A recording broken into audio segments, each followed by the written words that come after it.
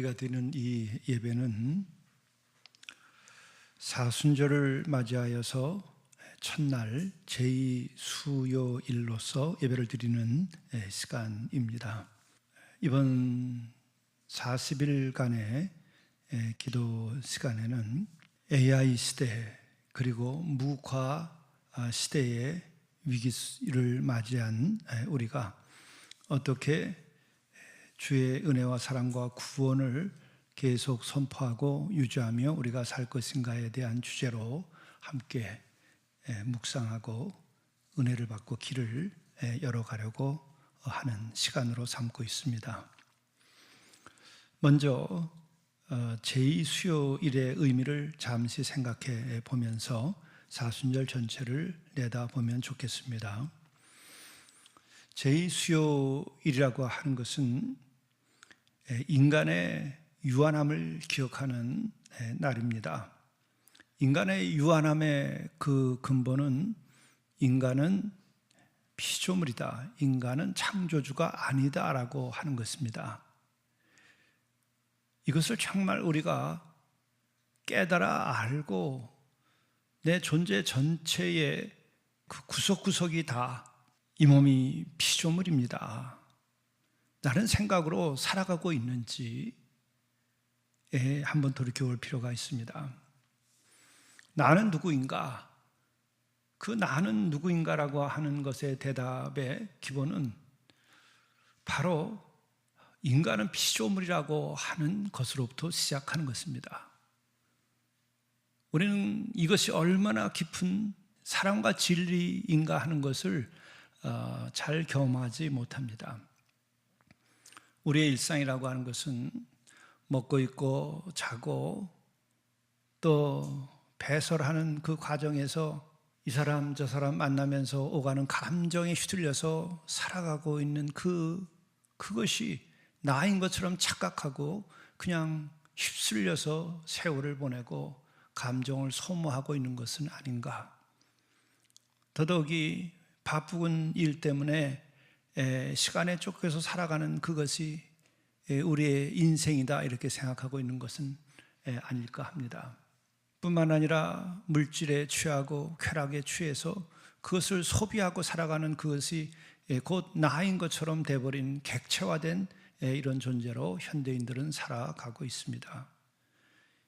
이 물결에서 벗어나는 것이 하나님 앞에 서는 것이고 또 그 하나님 앞에 서는 이들은 바로 창조주 그분 앞에 서는 것입니다. 창조주 앞에 진정으로 서는 순간에 우리에게 찾아드는 것은 내가 피조물이구나. 나는 이렇게 살아있지만 어디서 와서 어디로 가는지를 전혀 모릅니다. 진짜 그 모르는 것을 모르는가? 언젠가 내 삶이 이렇게 시작되었고 언젠가는 곧 떠나가고 떠나가는 사람이 어제 오늘 계속되고 있는데도 우리는 언제 와서 지금 살아가고 있고 언젠가 떠나간다는 것에 대한 실감을 갖지 않고 그저 흐르는 세월과 바람과 함께 내 욕망의 그 물결 속에 또 세상의 물결 속에 휩쓸려서 하루하루 떠내보내는 것을 인생이라고 지금 보내고 있는 것인가? 이런 것에 대해서 내가 이 사순절에는 창조주 하나님 앞에 서는 것입니다. 그로서 비로소 깨달은 것은 피조물로구나. 하나님을 하나님이 쓰고 나는 피조물이구나. 그래서 이 제2의 수요일을 마련한 것입니다. 제의라고 하는 것은 그냥 우리가 나무를 태우면 재가 되죠. 이 몸뚱아리가 화장터에 들어가면 재가 됩니다. 모든 생명도 다 흙으로 돌아가는 것입니다. 그것을 아는가? 그것이 인간이라고 하는 것입니다. 그것을 깨달아 알 때 자기 존재에 대한 각성이 일어나는 게 되는 것이고 그것은 비극이 아니라 이제 새롭게 인간으로서 살아가는 영적인 세계가 열리게 된다고 하는 것이죠. 평생을 살아도 이와 같은 것을 느끼고 이 문을 열고 나가지 않은 사람은 영적인 삶의 길로 나가본 일이 없는 사람입니다. 안타까운 것이죠. 그러면은 그 창조주 하나님 앞에 섰을 때 내가 피조물이라고 하는 것은 그렇게 흙에서 와서 흙으로 사라져 가는 존재밖에 되지 아니하는 것일까? 육신에 대하여서는 그렇지만은 하나님께서는 우리를 사랑하셔서 하나님의 형상대로 지으셨다. 그래서 우리는 하나님의 사랑과 은혜 가운데에서 죄 사함을 받고 구원함을 받으면 우리는 영생에 이르게 된다고 하는 것을 배우는 것입니다. 그것은 믿음입니다. 피조물이라고 하는 것에 대한 고백은 또 각성은 하나님은 창조주시고 그 창조주 하나님께서 우리를 구하러 오셨다고 하는 그 그리스도에 대한 신앙 고백까지 이루어졌을 때에는 바로 내가 흙에서 와서 흙으로 돌아가지만은 하나님의 은혜 가운데 있고 구원의 대상이 된다는 각성을 가지게 되는 것입니다. 그때부터 하나님의 사랑을 경험하고 그것을 내가 믿게 되는 것이죠. 제2 수요일은 이와 같은 창조주 하나님 앞에 서서 우리가 흙에서 와서 흙으로 가는 육신을 입고 있는 피조물이라는 것과 또한 이 죄라고 하는 것은 우리의 죄가 예수 그리스도의 그 은혜와 사랑으로 다 불타 없어졌다고 하는 것을 또 의미하게 됩니다. 어느 날 깨달아 보면 정말 우리가 지은 죄가 얼마나 큰가 하는 것을 깨달아 알게 됩니다. 참 우리가 관뚜껑을 덮고 죽기 전에 그것을 정말 알기만 한다고 한다면 얼마나 그게 큰 은혜일까? 모든 은혜의 시작은 자신의 죄의 발견과 그 죄에 대하여서 이렇게 죄가 크니까 하나님께서 대속의 죽음을 죽을 수밖에 없었겠구나 하는 것을 깨달아 하는 것입니다. 바로 불태워서 없어지는 것은 내 육신만이 아니라 내 죄도 다 그리스도의 은혜 가운데서 불타 없어질 수 있다고 하는 것을 상징합니다. 그리스도 안에서 우리는 아무리 큰 죄인이라 할지라도 우리는 씻김을 받고 우리의 죄는 다 사라지게 되는 것입니다. 이런 과정에서 우리가 또 의미를 부여하게 되는 것은 제2 수요일에는 바로 이제 회개를 시작하자 하는 것입니다. 요엘 2장 13절에 보게 되면 너희는 옷을 찢지 말고 마음을 찢고 여호와께로 돌아오라. 이 제2 수요일은 바로 옷을 찢는 게 아니라 마음을 찢고 여호와께로 돌아오는 그 시작의 날이다. 특별히 우리가 교회 생활도 늘 같은 게 반복되는 이런 것에 문제가 있기 때문에 제2 수요일이라고 하는 것을 사람들은 지혜롭게 믿음 가운데서 정해서 이런 날만큼은 우리가 마음을 찢고 주께로 돌아가자, 이런 날을 삼자고 제2 수요일을 제정한 것입니다. 그리고 또 다르게 표현하면 이 제2 수요일은 십자가 앞에 서는 날이다. 우리는 흙에서 와서 흙으로 돌아가는 단순한 그런 존재임에도 불구하고 하나님의 은혜와 사랑 때문에 우리는 십자가 앞에 설 수 있습니다.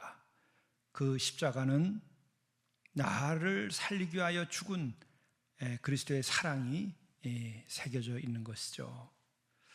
바로 이 제2 수요일은 이 같은 은혜의 십자가, 사랑의 십자가를 우리가 바라보면서 그 앞에서 은혜를 받는 시작의 날입니다. 바로 이와 같은 이 마음으로 이제 사순절을 시작하시면은 바로 이 40일의 기간은 정말 우리들의 인생에서 귀하고 귀한 순간이 될 것입니다. 그런데 올해는 특별히도 AI 시대 그리고 무국의 시대라고 하는 시대의 상황 속에서 우리가 어떻게 하면은 십자가의 은혜, 구원의 은혜, 그리고 하나님의 사랑, 이와 같은 것을 회복할 수 있고 또 오늘 우리에게 닥친 여러 가지 문제를 어떻게 극복할 수 있는가 하는 것을 함께 묵상해 보려고 합니다. 우선은 이 시대가 AI 시대에 접어들었습니다. AI는 이미 계산하는 속도나 그리고 정보를 수집하고 정리하고 평가하는 속도는 인간을 초월해서 이제 더 이상 인간은 AI를 따라갈 수 없게 되었습니다. 이모라고 하는 아주 훌륭한 바둑을 두는 분이 있었는데 AI와 바둑 대결을 해서 몇 번 만에 사람을 이기고 더 이상은 이제 사람은 AI의 바둑 상대가 되지 않습니다. 그들은 이미 학습을 끝냈기 때문에 어떤 인간도 AI를 상대로 해서 바둑을 이길 수가 없습니다. 이제 그것만이 아니라 AI는 정확성에 있어서나 또 그 AI가 로봇, 소위 휴머노이드 로봇이라고 하는 것과 결합되면서 이제 업무를 수행하기 시작했습니다. 생산성과 편리함, 이것은 인간이 이제 더 이상 로봇을 따라갈 수 없는 시대에 이른 것이죠. 로봇은 눈이 없이도 불을 켜지 않아도 밤새도록 쉬지 않고 자동차를 생산할 수 있는 능력까지 갖추었습니다. 그리고 또한 사람의 현재 6 내지 7배의 그 정확성을 가지고 볼트를 조립하고 생산에 이미 투입되어 있다고 합니다. 이러한 그 도전이 결국은 인간을 지금 위기로 몰아가고 있는 것입니다. 우선은 생산성과 효율성에 있어서 인간의 가치를 능가했습니다. 그리고 또 그들이 정보를 수집하고 그것을 나누고 평가하는 일에 있어서는 이제 더 이상 인간은 상대가 되지 않습니다. 이렇게 될 때 인간은 정말 자기의 가치의 위기에 지금 부딪히게 된 것이죠. 이런 상황에서 우리 인간은 어떻게 인간의 가치를 지켜나갈 수 있겠는가 하는 것을 이 사순절에 우리들이 함께 기도하며 생각하고 뿐만 아니라 인간의 가치를 우리가 기도하며 말씀으로 지킬 수 있도록 우리가 재무장을 해야만 하겠다 하는 것입니다. 이 AI에 관련된 것은 오늘은 생략을 좀 하고 앞으로 40일 동안 공부하면서 또 은혜를 나누면서 더 많은 자료를 나눌까 합니다. 그리고 또 한 가지는 이제 무국화 시대가 열렸다고 지금 이야기하고 있습니다. 무국화 시대라고 하는 것은 우선은 우리가 살아온 지난 시대에 엄청난 그 변화가 이루어졌습니다. 첫째는 양극화 시대가 열렸습니다. 1945년부터 1991년도까지를 우리가 냉전의 시대, 양극화 시대라고 말합니다. 이것은 두 제국, 두 이념, 두 체제가 긴장하여서 대립했던 것이죠. 1945년이라고 하는 것은 2차 세계대전 종전 후에 미소의 패권이 출현하면서 시작이 되고 1991년 소련이 해체되면서 양극은 붕괴됩니다. 이때 이제 단극화 시대가 열리게 되는 것이죠. 미국 중심의 질서가 시작되는 것입니다. 그래서 1991년도부터 2008년도까지 약 20년 동안 한 제국이 세계를 지배하던 시대가 있었습니다. 그러나 이 독주는 오래가지를 못했습니다. 1991년 걸프전이 시작되면서 미국 패권이 확인되었습니다. 일사천리로 그 전쟁에서 미국은 승리하게 되죠. 그리고 2008년도 글로벌 금융위기가 닥칩니다. 이것으로 인하여서 미국 일극 체제의 패권은 흔들려 버리고 말았습니다. 그리고서 나타난 것이 다극화 시대라고 하는 것이죠.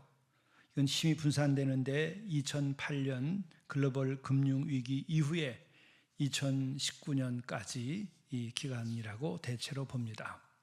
여러 강국들이 등장합니다. 이때 2008년에 중국 경제가 급부상하게 되고 또 마침내 2018년대에는 미국이 중국과 무역 전쟁을 할 정도로 이제 미국이 약화되어 있고 자기를 방어하려고 하는 것이죠. 이때에 이제 다극화는 또 종말을 고하게 되고 있다고 많은 문명 비평가들이 이야기를 합니다. 바로 트럼프의 등장, 그것은 트럼프 개인이 아니고 상황이 그와 같은 인물을 등장시켰다고 하는 것이죠. 그리고 이제 무국화 시대로 우리가 진입을 하게 되는데 중심이 사라진 세계, 2020년부터 지금 진행되고 있는 세계라고 말합니다. 우리는 지금 무국화 시대의 중심에 있습니다. 이 결정적인 전환 사건은 2020년 코로나19 팬데믹 때 글로벌 체제가 균열합니다. 그리고 2021년도에는 미군 아프가니스탄 철수를 하게 되고 패권 의지가 후퇴됩니다. 그것은 그만큼 힘이 약화됐다는 것을 말하는 것이죠. 그런 상황에서 2022년도에 러시아가 우크라이나 전쟁을 일으킵니다. 그리고 2023년도에 생성형 AI 혁명이 일어나게 됐습니다. 기술 권력이 부상하게 되는 것입니다. 이 기술 권력의 부상은 국가를 대신할 만큼 새로운 힘으로 지금 등장했습니다. 그리고 2024년도에는 탈세계화가 심화되면서 공급망이 분절화됩니다. 우선은 중국과 미국의 패권 경쟁 속에서 이제는 모든 자원을 무기로 삼고 또 무역에 있어서도 이전과 같은 자유무역을 이제 벌이게 된 것이죠. 이런 상황에서 지금 나타나는 현상은 권력의 주체가 국가만이 아니라고 하는 것입니다. 플랫폼, AI, 자본, 데이터, 여론이 새로운 보이지 않는 제국처럼 지금 굉장한 영향력을 행사하고 있습니다. 이러한 힘의 공백은 국가와 민족과 계층 간의 갈등, 분쟁, 전쟁을 지금 유발하기 시작했습니다. 이렇게 될 때에 나타나는 현상은 무엇인가? 그것은 바로 힘이 중심이 되고 데이터가 권력이 되고 이념이 절대한 힘으로 작용하게 됩니다. 그리고 이와 같은 갈등은 조절할 수 있는 힘을 가진 더 큰 힘이 없기 때문에 서로 분열한 가운데에 극단화됩니다. 극우, 극좌가 세계를 이끌어가게 되죠. 선과 악의 기준은 점점 모호해지게 됩니다. 이사야서 말씀이 떠오르게 됩니다. 이사야서 53장 6절에 보게 되면 우리가 다 양 같아서 그릇 행하여 각기 제 길로 갔다라는 말씀이 있는 것처럼 이제 인간들은 각기 제 길로 역사의 길, 자신들만의 길로 나가면서 분열, 전쟁, 위기를 더 고조시키게 지금 되었습니다. 이러한 때에 우리는 다시금 이 권력을 조절할 수 있는 힘, 그리고 AI에 의해서 지배당하는 인간의 가치, 이와 같은 것을 끝까지 지켜내야 하는데 이것을 지켜낼 수 있는 힘은 바로 복음, 그리고 우리의 참 믿음만이 이것을 지켜낼 수 있게 된다고 하는 것입니다. 새로운 도전 앞에 있습니다. 다시금 우리는 이런 상황 속에서 회개하라 천국이 가까이 왔다라고 선포하신 그 예수 그리스도의 그 선포가 어떤 의미가 있는지를 더 깊이 묵상해야 하는 때가 왔습니다. 오늘의 회개라고 하는 것은 단지 개인의 감정 차원이나 개인의 구원 차원만이 아니라 문명적 위기를 향한 하나님의 선포라고 다시 이해를 해야 되는 상황이 왔습니다. 한 영혼들이 진정으로 회개하고 새로워져야 됩니다. 그러나 그것만이 아니라 한 영혼들이 문명적인 위기를 바라다 보면서 인간의 역사가 종말로 향하지 아니하도록 하나님의 그 회개하라고 하는 말씀, 천국이 가까이 왔다고 하는 말씀에 귀를 기울이고 하나님께로 돌아서야 됩니다. 참으로 우리는 더 깊은 어둠과 종말의 그림자가 다가오고 있다는 것을 깨달아 알아야 됩니다. 이러한 때 우리는 어떻게 해야 되는가? 40일 기간만이라도 우리가 정말 진정한 마음으로 기도해야 됩니다. 기도가 이와 같은 시대에 무슨 의미가 있을까? 아닙니다.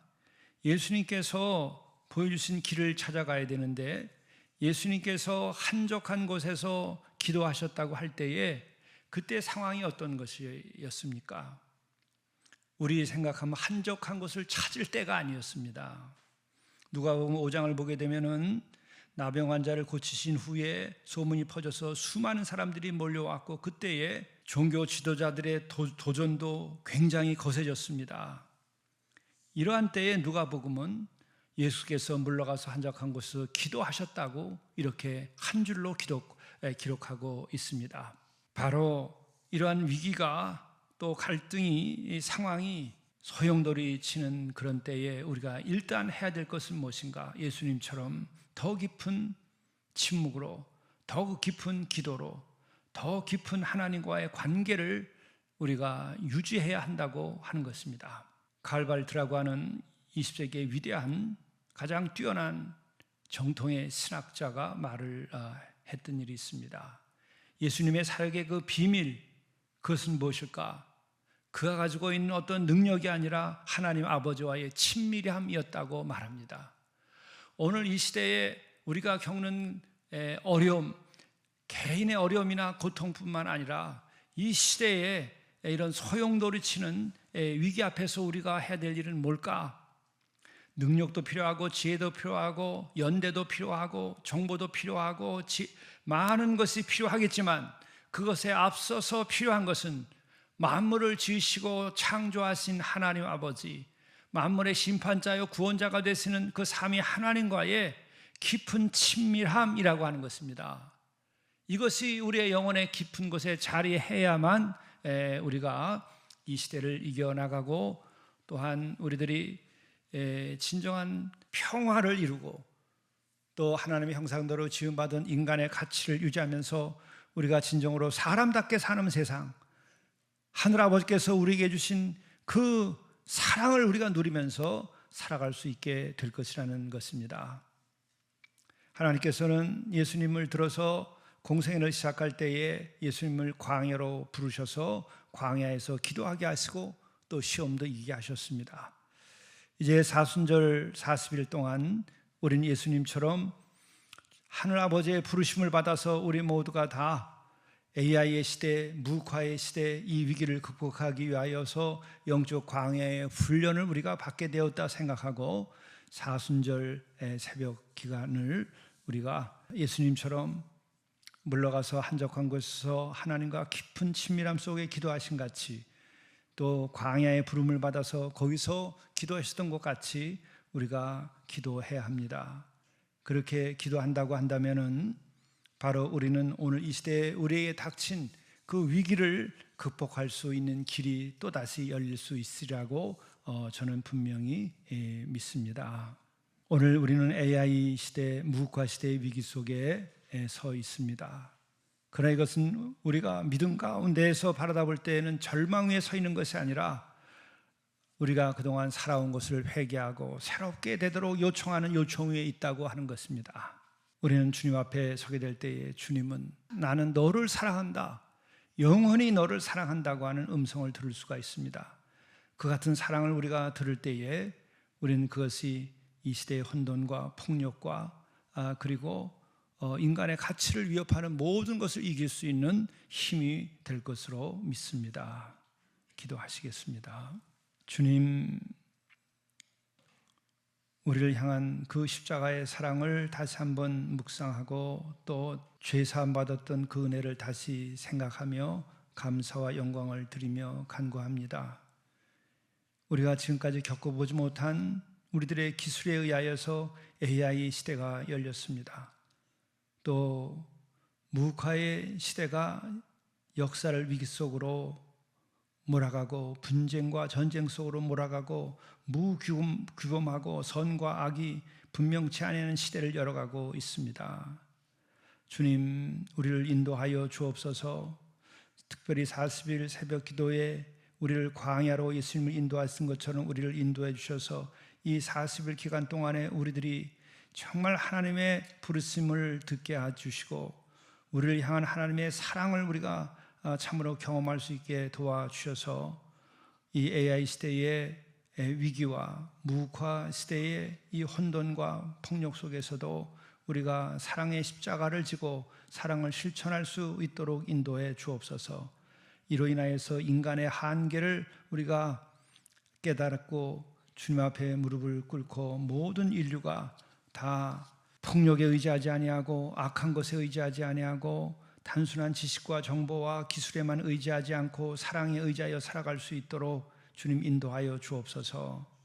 특별히 부활의 소망 가운데에서 우리가 모든 어려움을 이길 수 있도록 도와주옵소서. 우리 주 예수 그리스도의 이름으로 간절히 구하옵나이다. 아멘.